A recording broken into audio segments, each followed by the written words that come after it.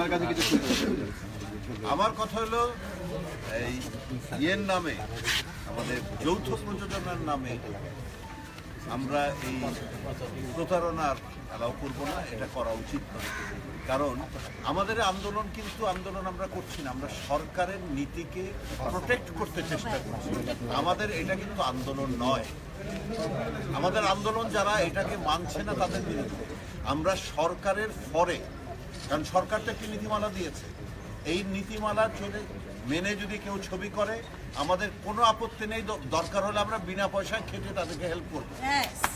কিন্তু এইটা বারবার হওয়া তো ঠিক নয়। 2 নম্বর জিনিস, আরেকটি কথা আমি স্পষ্ট বলে দেই, সমিতিরা মানে কাকে ব্যান করবে কাকে বহিষ্কার করবে সেটা সমিতিদের নিজস্ব একটি ব্যাপার। কিন্তু আমি এই ভরা মজলিসে কন্ডেম করছি একজন আর্টিস্টকে, যে আমাদের সবচেয়ে প্রিয় এবং বড় ভাই এবং শ্রদ্ধেয় আমাদের মুরব্বী, আমাদের সিনিয়র শিল্পী ফারুককে উদ্দেশ্য করে বাজে কথা বলেছে, তাকে আমি কন্ডেম করছি।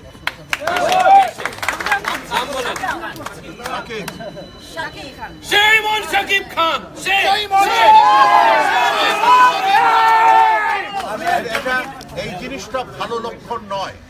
একটা আমি কি আজকে আমি তো মানে পৃথিবী উল্টায় চলে গেলে রাজাক সাহেবের এগেনস্টে কথা বলা দূরের কথা, আমি তো ফারুকের এগেনস্টে কথা বলবো না। আমার একদিন সিনিয়র মানে সিনিয়র, সেই সিনিয়রিটি যদি আজকে আমরা না মানি, তো এটা ওর, আমি একটু আগে বলেছি ওর কিসের অভাব আমি জানি না। আল্লাহ ওকে টাকা দিয়েছে, নাম দিয়েছে, যশ দিয়েছে, প্রতিপত্তি দিয়েছে, শিক্ষার অভাব। আমরা একজন মুরব্বীকে ফারুকের মতো, ফারুক 25 বছর ছবি করে না, তাতে কি হয়েছে? দিলীপ কুমারও তো মানে 50 বছর হলে ছবি করে না। আজ অমিতাভ বচ্চন কি দিলীপ কুমারের সামনে দাঁড়িয়ে কোনো কথা বলতে পারবে?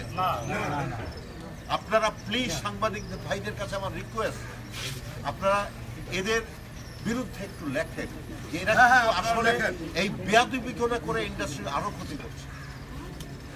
কিছুদিন আগে এই সাকিবকে আমি এই 14টা না 15টা সংগঠনের কাছে এনে সরি বলেছিলাম, এটা সাক্ষী আপনারাই আছে।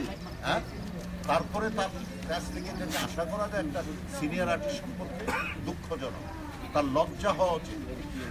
পুরো ইন্ডাস্ট্রিকে মূর্খ বলেছে এবং পুরো ইন্ডাস্ট্রিকে এসে বলেছে স্টুপিড।